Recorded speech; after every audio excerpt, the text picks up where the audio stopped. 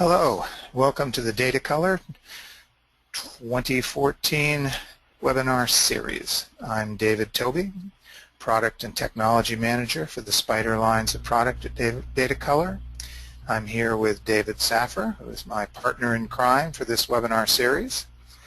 We're going to be covering some of the basics, display calibration, but for still and video, which gives kind of a broader scope to the idea of calibration than what's usually covered. So I guarantee there's something new here for everyone to learn, and I'm hoping that we'll have a lot of people who will attend and learn something new. The fact that we tend to have some pretty good offers and prizes at the end doesn't hurt, so stick around and see how that goes.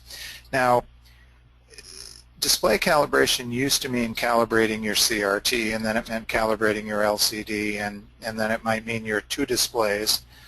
Today there's a lot more to that with iPads and iPhones and Android devices, and as photo and video merge, reference displays and TVs and all sorts of other devices. So David's going to be presenting today on calibration of a kind of a wide range of devices, the way that a photographer or someone doing photography and video or someone doing just video and video editing would want to do it.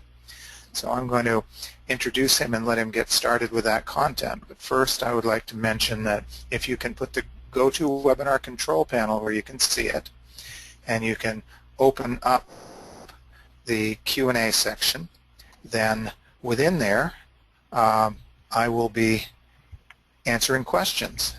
And for those of you who have questions, you need to type them in there for me to see them, because there's not going to be any live interaction on this webinar. It's entirely text-based Q&A. So please set up accordingly, and we'll hopefully be able to answer your questions as they come up. Now, my co-presenter, main presenter here, I may interact a little, but he's going to be doing the heavy lifting, is David Saffir. David is a professional photographer, photo educator, photo author from Southern California, and he put together the slide deck we're using today. Some of it has been used, a slide here or there, in previous presentations, so you might recognize a few of them. You might recognize a few of David's beautiful photographs in them. Actually, that's what I usually recognize. But David's going to be covering this topic from a fresh point of view, mostly due to the new products that Datacolor has come out with in the last few months and how they affect the convenience and integration of display calibration. So take it away, David, and good to be working with you again. Thanks, David, for the nice introduction. Hi, everybody. This is David Saffir with Datacolor, and we're going to be talking about display calibrations for still and video imaging. And one of the questions I get quite a bit from current customers or potential customers, or users, I should say, is why bother with display calibration? Today's displays are very, very good, which is true. They come out of the box looking great, which is true. But the way they come out of the box looking great isn't necessarily right for photography and videography, and we'll get to that point in a little while. But the idea here is that display calibration can help you get your color under control, the screen brightness under control, so that you can do a number of things successfully and get your work done in a timely manner. Now, display calibration is the cornerstone of professional level work. It's your window into the digital world.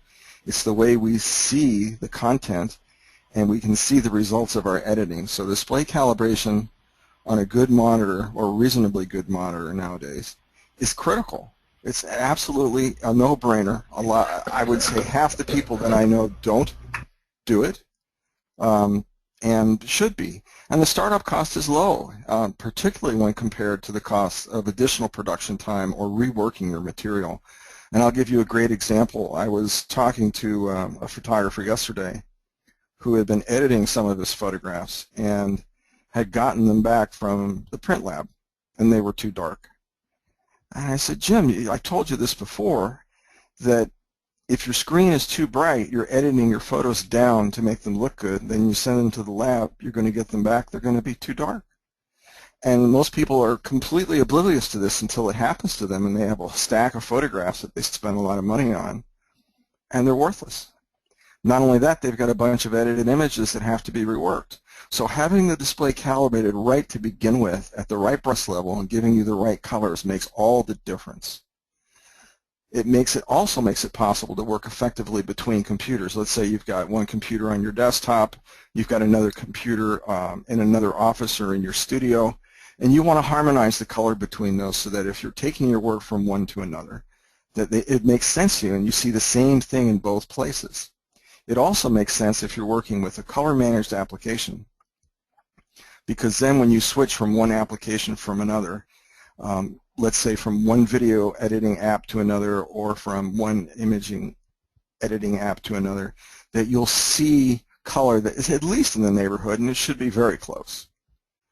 Now, it's easy to master. It takes some practice and introduction to basic principles, but once it's established, it's very easy to maintain. So I'll give you a concrete example.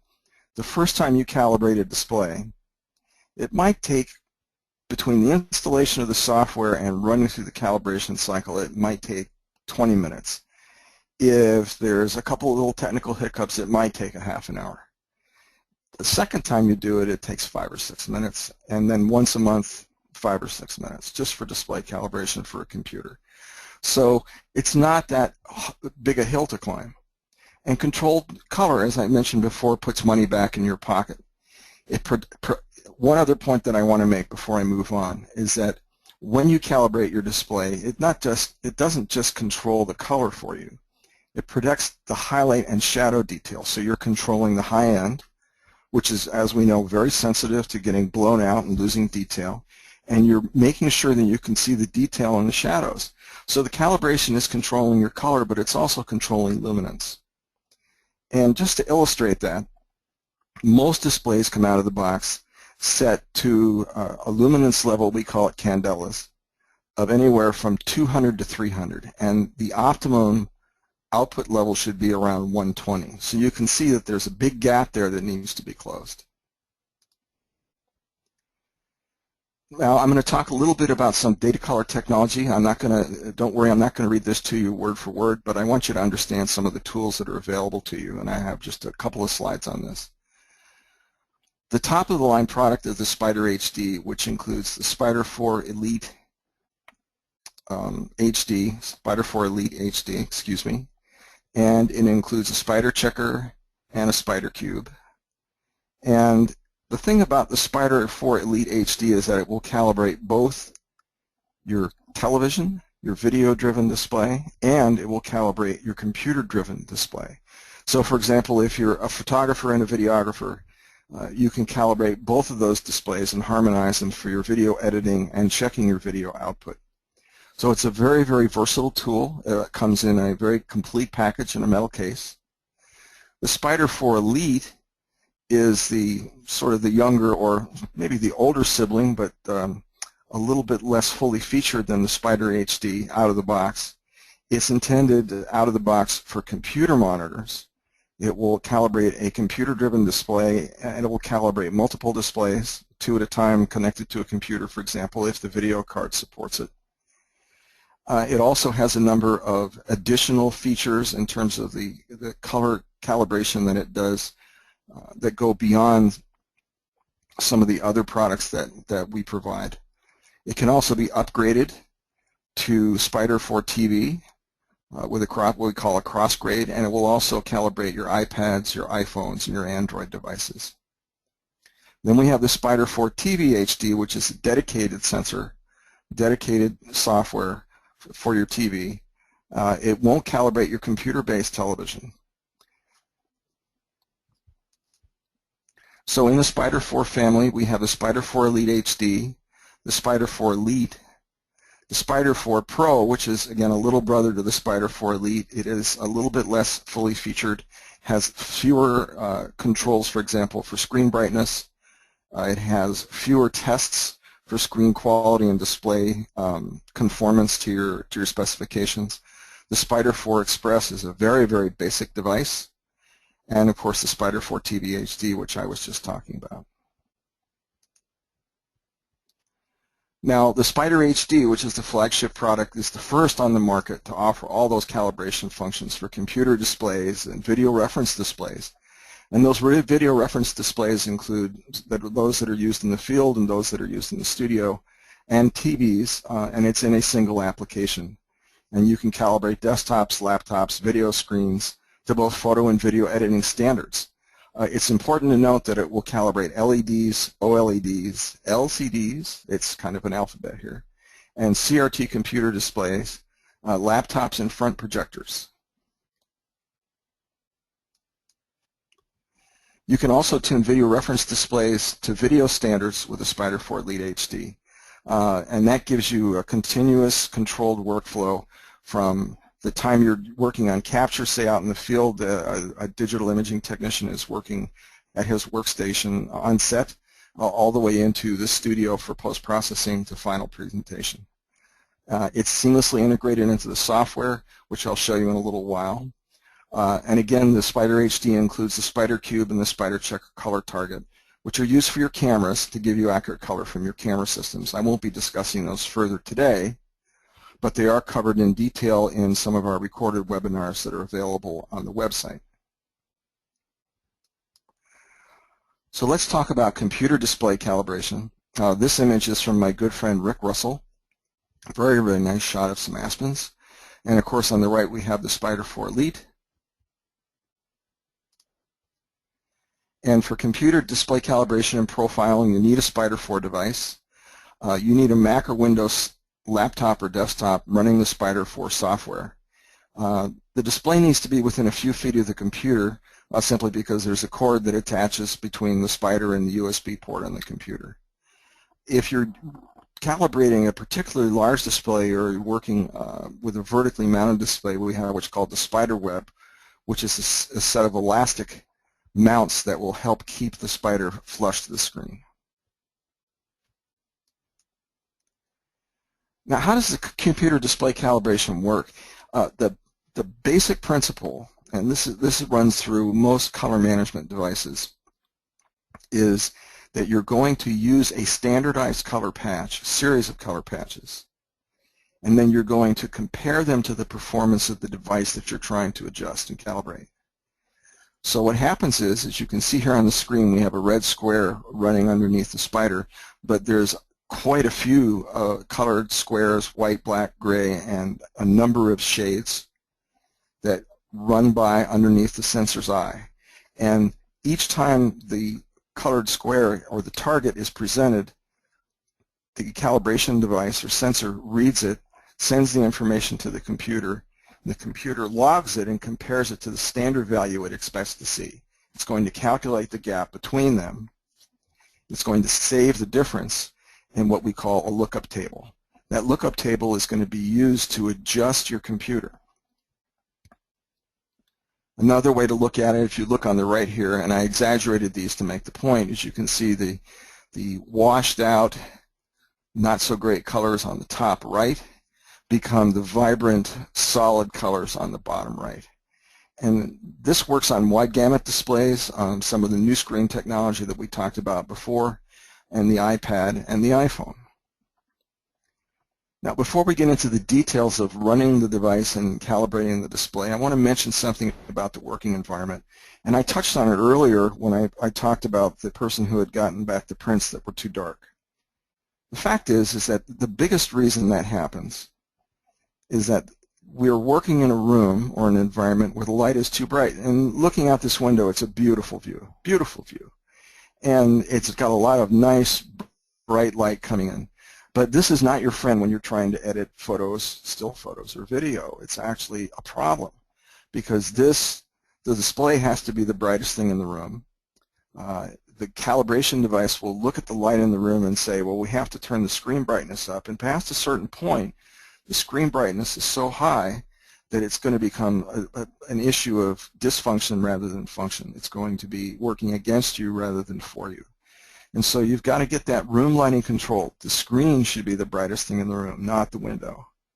So what I suggest you do is while you're working on your photos, put a shade over the window, turn off most of the lights in the room. It should be just bright enough for you to read a book or a newspaper, and no brighter. And if it's brighter than that, it's probably not working in your favor. So just if you get the urge to edit photos in a room where the light is like this, just think about putting a shade or a covering over the window, or waiting till the evening until the light is more controllable. So during computer display calibration, what you'll be doing, a sip of water first. You're going to launch the Spider 4 Elite HD software. We're going to talk about from this standpoint, although there's a great deal of commonality between this and the Spider 4 Elite and the Spider 4 Pro. You're going to choose the computer display option and follow the on-screen directions. And this is an important point. Of course, we're recording the webinar, and you'll be able to go back and refer to it, but you might want to jot this down. You want to set a target white point of 6500K, a gamma of 2.2, and a white luminance of 120 candelas per square meter. And coming back to that brightness level again, that 120 is a pretty good number. That will get you right in the neighborhood to give you a good screen-to-print match if you're a still photographer. You'll be measuring the color, brightness, and tone curve of your display, and it's going to set up the display's video card for optimal performance via a LUT, or a video lookup table adjustments. And this neutralizes the grays and corrects the gamma curve. You'll be building and saving an ICC profile that describes the color and tone response to your display, and every time you boot your computer, that ICC profile is going to be loaded, and your display will be controlled for color and luminance. Here's one of the first screens in the software. I thought I'd show you how easy this is to read and easy to use. A couple of features on here. The first time you calibrate, you're going to be doing a full calibration. In fact, it won't even give you these choices, but afterwards you will see them. You can do a recal, which I recommend after you've done your first calibration. Typically, recalibrations are done on a monthly basis. I do mine on the first of the month. That way I can remember it. I write the mortgage check, and then I turn around and calibrate the computer. It's easy to remember. You can also at any point check the accuracy of your current calibration with a check cal. But the recal and check cal are very brief. It's really not a big deal to go and do those, and it makes the color management part of this, the maintenance part of this, easy. Again, the settings that you want to be using: gamma at 2.2, white point at 6500K, and brightness at 120. And you can see that these are the recommended settings in these drop-down menus. There are other choices on here that you can use, but these are the ones that will serve you well. Once I described the calibration to you before, the calibration process to you before, so I'm going to move on to what happens after you calibrate. One of the screens that you're going to see is a profile overview. This is going to show you how your display performed once it's calibrated. Now, I was using a wide gamut display in this particular case, and you can see I've enabled the comparison to Adobe RGB, and that is the purple line right here. Okay. And you can see that this display, which is the red line, is the color gamut of the display. That's the calibrated gamut that was achieved by the Spider 4 Elite. Now, note that this triangle is a map of the range of human color vision. So, of course, anytime you're looking at something, you're seeing much more color than you're ever going to get on your display, or a computer display, or a television, or on a print.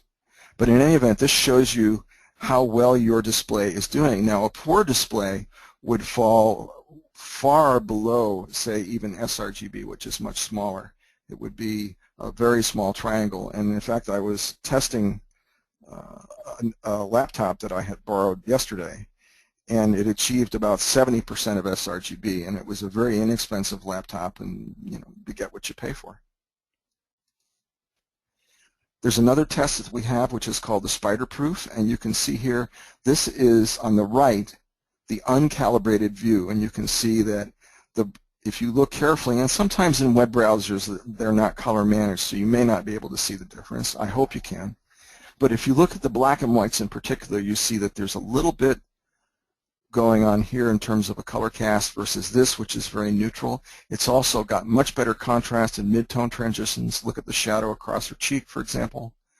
If you look at the green here in the garden, it's nothing like the very realistic and lifelike green that you see here on the left.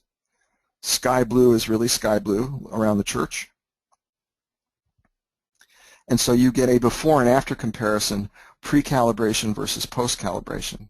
Now, one of the comments or questions I get from people is, you know, the first time I calibrated, I saw a huge difference. But the second time I calibrated, I didn't see as much of a difference. And that's because the display may drift a little bit during the month, but it shouldn't be drifting a huge amount. It should drift only slightly. And of course it adds up over the year, which is why you do it every month. But you're not going to see as big or dramatic a difference after the first calibration. Now, if you're trying to get displays to be a little bit closer, match a little bit better, a lot of people will buy one display and decide, well, I need a second display for my tool panels and my palettes and things like that. Or I may want to run photographs or even video streams side by side and compare them. You can control the color very easily with these sliders, and it's a by eye exercise, which is why we give you black and white and color, a color checker, spider checker chart here, that sort of thing, so that you can compare them one to the other and side by side. I would stay away from the gamma control, but you can use the color sliders to great advantage in making your, how would I put this, harmonizing the color between two displays. And it will even work to a large degree for displays that were made, say, 2 years apart by different companies. You can get them close. Don't expect an exact match, but you can get them close. In the Elite, there's also a test for color accuracy. It will go through the series of color patches again, and actually you can choose how many color patches that you're going to use. And you can see down here on this particular test, this is providing information about what's called delta E. See the title at the top here. This is the delta E for each color. Delta E is a measure of the variance in color from the desired to the achieved. And so what we have here is an average of all of these of 1.14. 3 is considered to be acceptable, not great. A fairly average or even a poor display might give you a delta E of 3. A delta E of 1, or 1.14 in this case, is excellent. It's very, very good. It's the color differences between the standard and the established calibration will not be discernible to the human eye. Now we'll talk about video reference display or TV calibration. The Spider 4 Elite HD device or the Spider 4 TV HD will do this for you. You'll need that.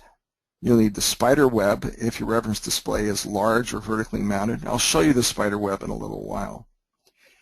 For TV, it's better to have a laptop because you really want to take the computer to the display, unless, of course, you're working off your desktop and you've got the room. But if it's a wall-mounted display, for example, or you're working on set, the laptop may be the best way to go.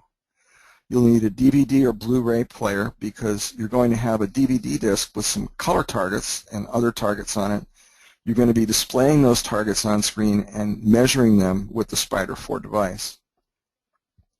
You'll also need the remote control for your TV or reference display. You can use the front panel controls on some displays, but I find the remote is really the best way to go. It really depends on a commercial television will always come with a remote. That's just the name of the game nowadays. Reference monitors frequently don't come with a remote, and you're going to wind up using the buttons on the reference monitors. However, the menus on those are generally more intuitive and easier to use. So what you're going to be doing, you're going to be adjusting brightness, contrast, color, tint, the white point preset, and sharpness. And this will give you optimal viewing of your video content. In terms of operating the software, you're going to launch it and choose the video reference or TV option. I'm going to show you that in a second. So in this software, because it will calibrate either your computer or your television, you have to choose one or the other. So you're going to choose the TV and the Blu-ray or DVD connection. And you'll be prompted to bring up the appropriate test patterns on screen, which I'll show you again in a moment. And it will save your info on your adjustments and produce optimized settings for editing or viewing your video content. So there's a before and after feature, and that will allow you to view the difference in your test images, particularly paying attention to shadow and highlight detail. And you can set the optimal internal control settings for your display this way. And it's an interesting thing. There's a lot of experts that think that, and they can do a pretty good job, that think that they can match the performance of a screen calibration device by eye. And unfortunately, they can get very close, but unfortunately, it's not the case. Our color vision changes from day to day, and even from the beginning of the day to the end of the day. It sometimes depends if you've been outdoors for 4 or 5 hours in bright sunlight and you come inside. It's going to take you 30 to 60 minutes to adjust. If you've been, again, in a dark area and you come into a brightly lit area, the same thing applies, and it affects your color vision. Fatigue affects your color vision. I've found sometimes working late at night on a project that a color problem that has got me completely stalled can be solved in 5 minutes in the morning. So it's important to have a real display calibration device. That's the point. So you're going to select your connection method. Before you begin, there's a number of things the software is going to prompt you to do, and in fact, it won't let you proceed unless you check off these click boxes. I already went through number 1. If your TV has different modes, some TVs and some reference displays have on-screen controls that allow you to beef up or apply extra saturation, apply extra sharpening. And in fact, if you buy a television in a commercial store, it's going to come out of the box in what we call torch mode, which means everything is dialed up to the max because it makes it look really attractive at a distance of, say, 20 feet, and particularly in a brightly lit showroom as compared to other televisions. So everything is cranked up to the max, and that's not what you need. So if you have different modes, you want to set them all to standard. You want to set your Blu-ray or DVD player to widescreen format, which for those of you who are technically minded, that's an aspect ratio of 16:9. You're going to start the disc up in the player, and you're going to connect your colorimeter to your computer using a USB port. It's important to warm up the TV and the DVD player for about 20 minutes. And you should give yourself 20 to 30 minutes to complete this process. This is not as quick as a computer display calibration because you're going to be going back and forth from your computer to the controls on the television. You're going to pick the type of display device that you're going to be using. In this case, I've picked an LCD LED TV. There are obviously other types. Most of us are not going to be using direct view CRTs anymore, but it's still provided. And you're also going to deselect any settings that don't apply, and for all this, record current minimum and maximum values. That means you're going to go through all the controls and record the minimum and maximum values on there. And why are you doing this? Because each time a target is presented on the screen, let's say we're working with brightness, you're going to see a target that looks like this. This is the contrast target, but it gives you the same idea. You're going to see this target. You're going to go back to the TV, and you're going to it's going to ask you to make the adjustment and start at 100. And it's going to, then you're going to click measure. It's going to measure the value that sees on screen. It's going to save that. Then it's going to say, drop that down to 25. And you're going to measure that. It's going to take you back up to 75 and measure that. Now drop back down to, say, 60, and then it'll go to 80, and it'll finally settle on, I'm just providing a hypothetical example, on 70, and that will be your setting. So it needs to know what the range is ahead of time, and the process is pretty straightforward. You're going to project the target. You're going to measure it. It's going to recommend another value to measure. You're going to measure that, and after somewhere between 3 and 5 cycles, usually, you're going to settle on the correct setting, and you're going to move on to the next one. So you're going to go from brightness to contrast to color to tint and your color temperature preset. Now, if you have a large television, we provide this, what we call the spider web. It's going to hold your colorimeter, your sensor, on the screen. The sensor has to be flat against the screen in every case. If there's a light leak around the edges, you're going to get an incorrect result. We don't want that, obviously. It's also a good idea not to try calibration in a brightly lit room, simply because with some of the glass fronts and the very glossy surfaces that we see, you'll still get a slight light leak. So if you can control the lighting in the room, please do so. Excuse me. Okay. And again, you can see here the patterns. Each time it asks you to select a pattern, you're going to go to the DVD player. You're going to select pattern number 2. That will be presented on screen. You're going to click, you're going to select the pattern. You're going to click next to continue, and then you're going to make your measurement. And you're going to go back and forth between the TV and the computer controls.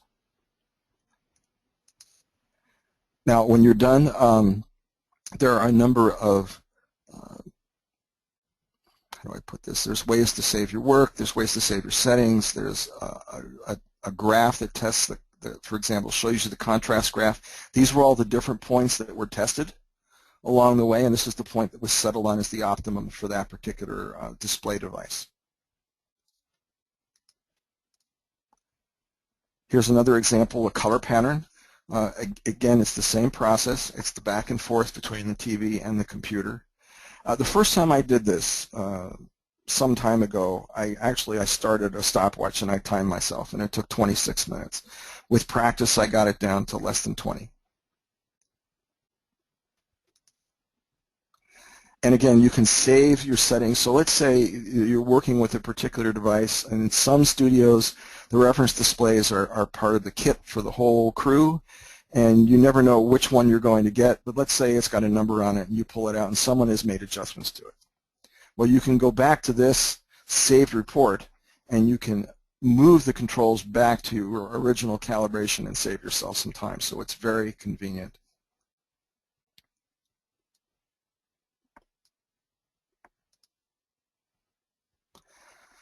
Well, I've moved through this material faster than I expected. I don't know, I can't see the questions palette. David, do we have some questions that we can address on air? Interesting situation today, David, in that the questions palette did not show up by itself. I had to go searching through the preferences and activate it. Oh, wow. GoToWebinar had some other issues before this webinar as well. So there are now, I have answered a few dozen questions, and there's probably a dozen more. I would go through a few of the highlights with you. The number one question we have received is, should I dim my room before I calibrate my monitor? And I've answered that 3 or 4 different ways. But typically the answer starts out with, yes, you should dim your room. Your room should be dim and consistent in its light, not for calibrating your monitor, but for doing your image editing. You should always work in a space like this. However, you shouldn't just dim your room to calibrate. You should dim your room for editing. So the idea of making your room dark to calibrate is irrelevant. The calibrator does a fine job with a bright room or a dark room. The problem is your eye doesn't do a good job with a bright room or a dark room, and the settings you should use for your screen brightness will vary depending on how bright the room is. So while we recommend consistently that people use dim and consistent rooms where you can't see the sunshine and you can't tell what time of day it is, that's the ideal editing room. People still would prefer to edit in a pretty room with plate glass windows and a nice view, and the answer is there's a compromise there, and you can set your monitor to the best settings for that situation, but don't fool yourself into thinking that it's an ideal situation for image editing or that you're getting as good a results as you would in a dim room. Occasionally I'll have someone who says, well, I promise I'll only do my editing at night because I have this big open glass space and I want my computer in it. And the answer is, well, that's going to be pretty late at night in the summertime, but as long as you're really going to do that, that will work just fine. Another question that we've had more than once is about the availability of this webinar, or actually the slides from it, to the public. And the answer is we will send you a URL to a recording of this webinar within a day or so after the webinar so that you can share it with friends or review it yourself if you would like to. I want to go back to the point that David made before, the sharing of information, was that I think I gave the wrong impression.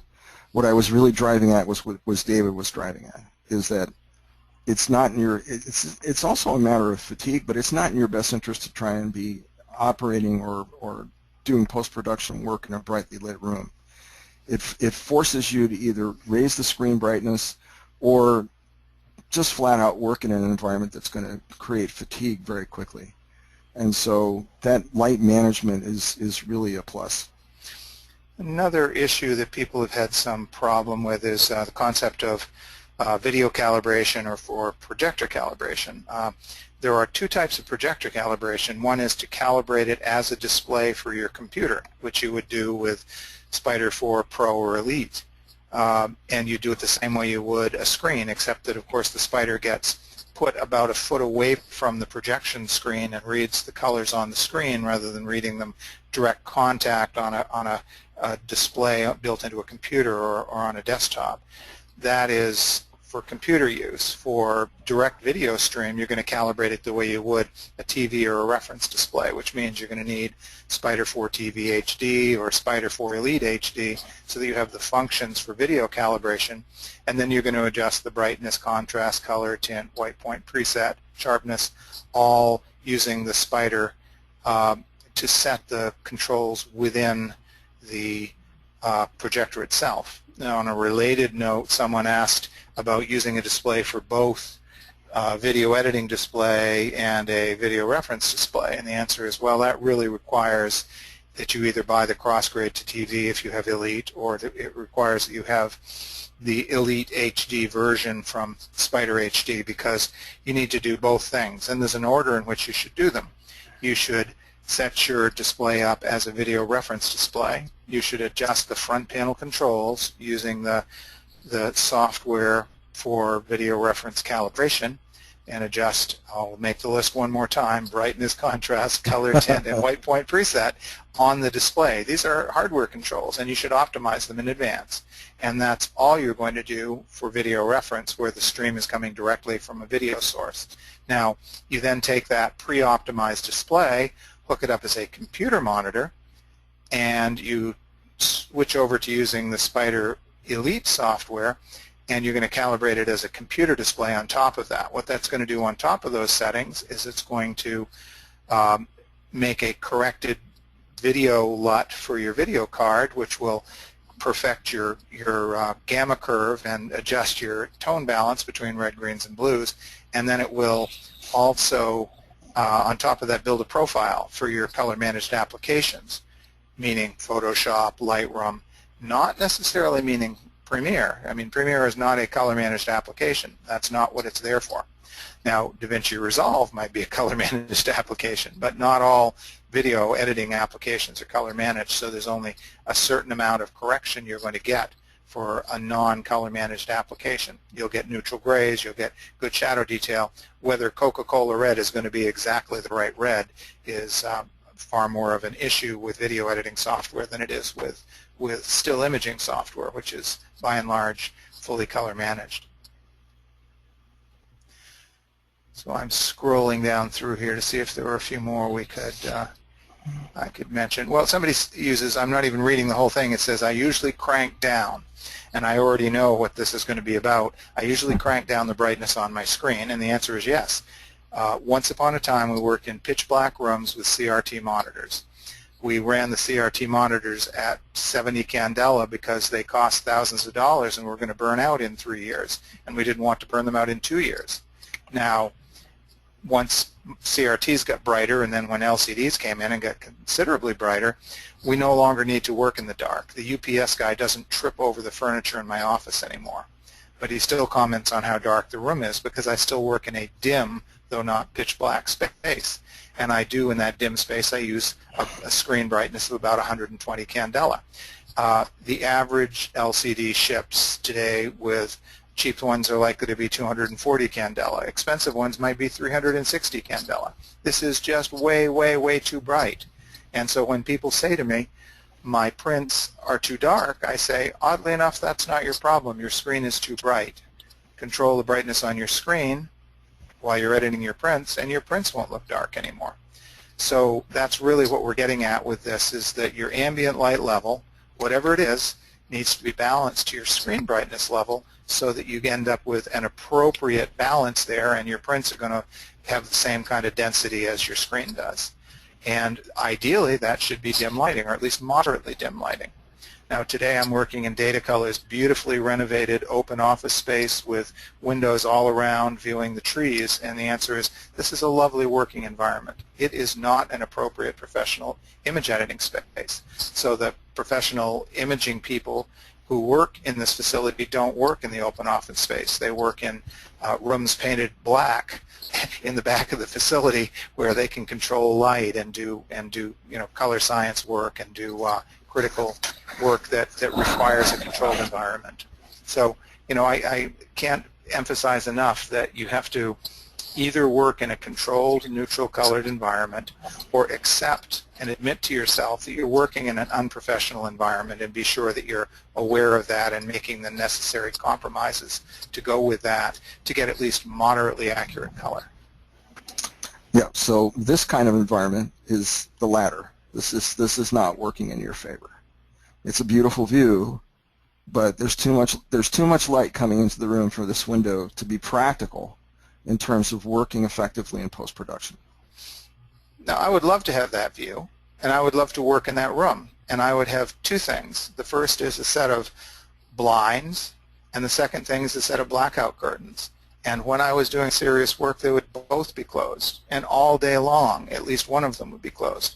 And I do have a lovely view, though it doesn't have an ocean in it, from my own studio, and I have the opaque blinds in those windows closed all the way every day.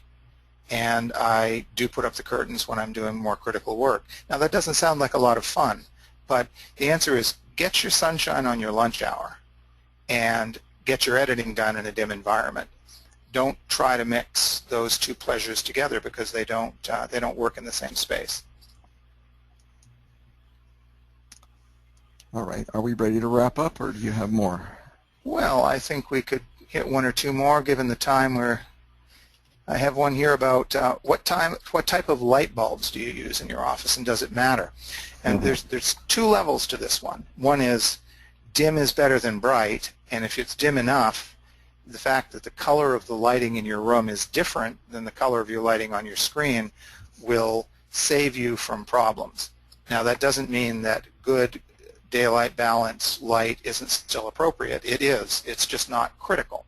However, as soon as you start breaking the rules and using brighter lighting than you should, what happens is your screen is no longer the brightest thing in your field of view, and therefore it no longer owns your eye, and it no longer sets your eye's white balance. At that point, yes, you absolutely have to use lighting in your room that is exactly the same color temperature as your screen, or else you'll see things wrong on screen. But the right answer, rather than changing the bulbs in your room, is to unscrew most of them, because the real answer here is keep the background. As you're looking at your monitor right now, there's a big white window on screen. If that doesn't look much whiter than the surfaces behind it, you have a problem. And just to reinforce that, the screen should be the brightest thing in the room. If it's not the brightest thing in the room, that means the eye and brain automatically adjust to the color of the brightest thing in the room. So it's affecting your color vision, number one. Number two, if the screen is too bright, it's affecting the quality of your output. As you edit, you're going to edit to the wrong destination.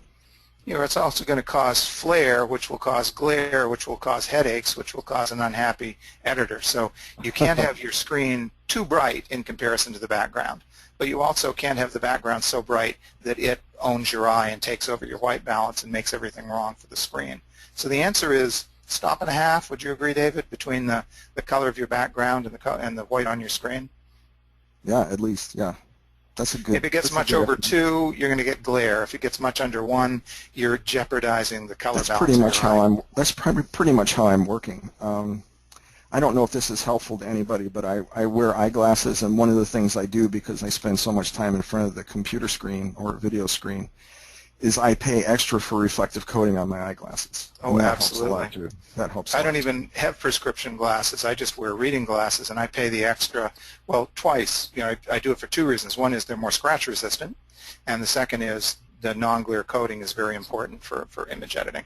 The other factor is, depending on how large your glasses are and what's behind you, there's the possibility of getting reflections on the back surface, the inside surface of your glasses. So Exactly. when people say the stuff behind you doesn't matter, the answer is as long as you're not seeing it and it's not bouncing off your screen and it's not bouncing off your glasses. Under those circumstances, the stuff behind you doesn't matter. But if you've ever noticed the T-shirts they give out at shows and at booths where image editing and color management are important, they're always black T-shirts. This is not because the black T-shirts are cooler. It's because if you put a bright colored T-shirt on your body, put it in front of your screen, it reflects off the screen and changes your color effect. Now, as screens get more resistant to reflection, Apple has done amazing things with reducing screen reflection in the last couple generations of MacBook Pro, and while I won't say anything too obvious here, upcoming devices will have even better low reflectance scenarios. Then the color of your clothing matters less than it used to for image editing, but you still should think if you're going to wear a bright red shirt and sit down in front of your computer, just remember that the light from the computer strikes your shirt, bounces back to the screen, and it does have an effect. Yeah. To put all that in one package, we'll go back to where we started in a way. The display calibration is the cornerstone of pro-level controlled digital imaging workflow, and that really means managing the details. God is in the details here. And once you have the details, under your thumb, you're going to find that it's easy to keep doing it. It makes your work easier, less time-consuming. There's less fatigue and aggravation. You're not going to have to go back and rework your material when something goes wrong because you didn't have those little details under control. But getting them under control is a little bit of work. Keeping it going is almost no work at all. And the startup cost is very low. A display calibration device should pay for itself in the first couple of weeks that you own it. Controlled color puts money back in your pocket. One more question I'd like to address is someone asks about an eco-brightness mode on one of their displays, and the answer is there are all sorts of what I'm going to call smart modes built into more recent displays. As someone who's interested in color calibration, you should be highly suspicious of all of them because Yep. they may do things that you don't understand what they're doing. For instance, depending on how much white there is on your screen, it may increase or decrease the brightness of the display. Depending on how much color there is on your screen, it may adjust other factors. These are not things you want varying in real time in front of you. So generally speaking, if your display has an sRGB mode and you're happy watching movies in that, that's great. But in terms of doing professional work, use the full gamut standard mode. Do not use eco mode. Do not use smart this or special that. Dynamic, cinema, sports, saturated. You name it. Any of those. Those are not your friend. What they're doing is they're applying a preset to the way the device behaves, and that just means it's going back to being an uncontrolled device. It's working counter to what you're trying to do in setting up a professional working environment.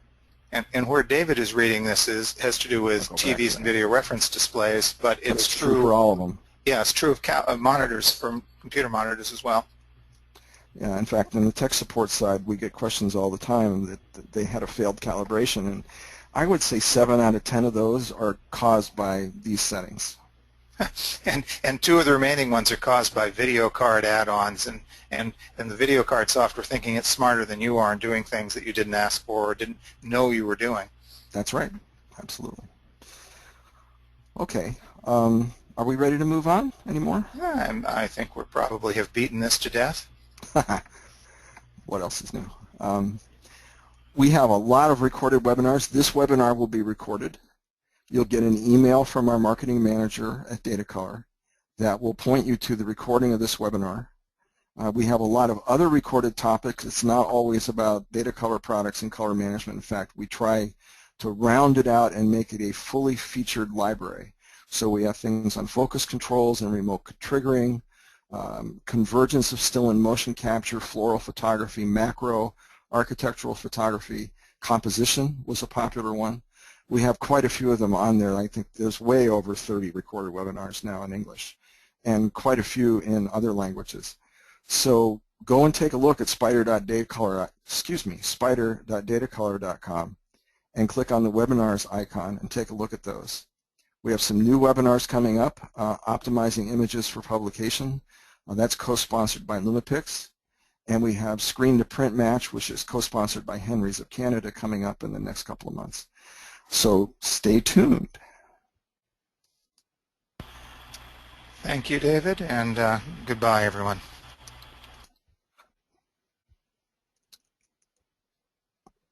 Now, right now,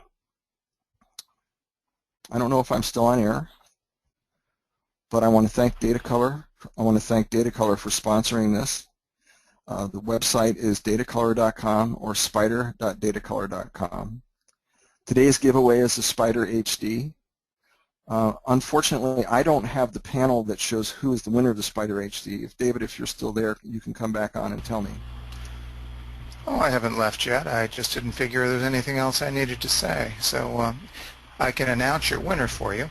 That is the winner of the Spider HD bundle is Paul Neighbor, and Datacolor will send you an email, Paul, and get your shipping address to send that to you. Congratulations. Thanks, David.